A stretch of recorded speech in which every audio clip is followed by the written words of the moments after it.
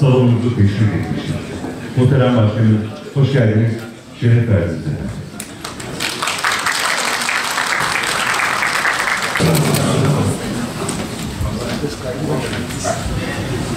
Muhterem hocam, müsaade ederseniz fotoğraf alacağım. Hocalarımız, kıymetli basın mensubu meslektaşlarım, hanımefendiler ve yakından hazırlanan Savaş, Göç ve Aile temalı 6. ay... Savaş, göç ve aile kavramlarının birbiriyle ne kadar iç içe olduklarını, ne kadar ilgili olduklarını ifade etmek isterim. Savaş, göç ve aile kavramları bizim dinimizin adının neden İslam olduğunu da düşünmemizi gerektiriyor. Boşuna vermemiş Rabbimiz dinimizin adını İslam olarak. Hep deriz ya, İslam barış anlamına gelir. Huzur anlamına gelir. Sadece Efendimiz Aleyhisselatü Vesselam'ın getirdiği dinin adı değil İslam. Hazreti Adem'den itibaren bütün peygamberlerin getirdiği dinin adı İslam. Yani barış, huzur, mutluluk toplumlarına bunu vaat ediyorlar.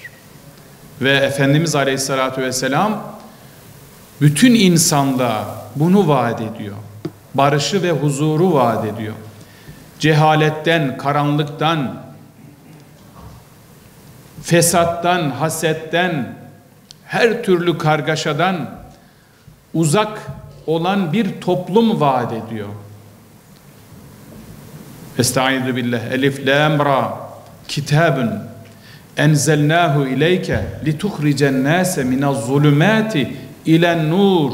Zulümattan kurtulmuş, nura gark olmuş, aydınlığa ulaşmış bir toplum vaat ediyor İslam.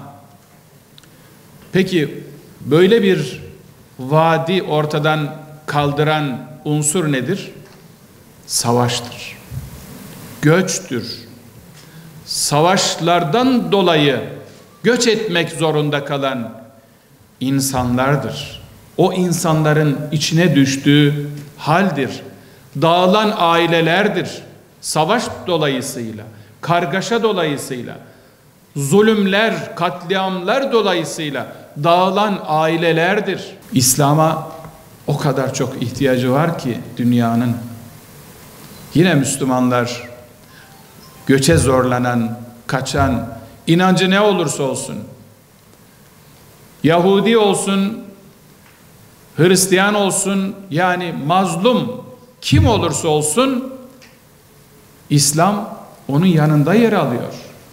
İnancımız bunu gerektiriyor. Mazlum kim olursa olsun onun yanında yer almamız gerekiyor. Zalim kim olursa olsun onun karşısında yer almamız gerekiyor. İsterse Müslüman olsun zalim, onun karşısında olmamız gerekiyor.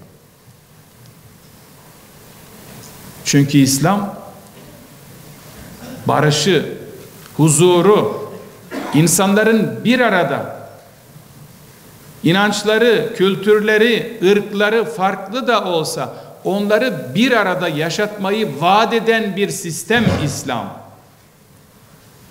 O yüzden dünyanın İslam'a çok ihtiyacı var. En zor zamanlarında hep İslam yetişmiş, katliamları önlemiş, soykırımı önlemiş ve huzuru getirmiş. Tarih bunun örnekleriyle dolu. İşte bugün Gazze'nin durumunu görüyorsunuz. Nasıl yurtlarından, yuvalarından insanları uzaklaştırmak, göçe zorlamak, aileleri parçalamak için Batılıların desteklediği, özellikle vatandaş olarak söylemiyorum, idareciler olarak söylüyorum, desteklediği zalim, Siyonist işgalcilerin çoluk çocuk demeden, masum bebek demeden bombalarla nasıl öldürdüklerini görüyoruz değil mi? Medeniyetimizde aile o kadar önemli ki, toplumun çekirdeği. Ailelerin parçalanmışlığı toplumun parçalanmışlığını getiriyor. Aile parçalanırsa, aile bozulursa, aile ifsat olursa toplum ifsat olur. Geçmiş dönemlerde savaşların, göçlerin aileleri nasıl parçaladığını bakın, okuyun. İlgili metinlerde görürsünüz.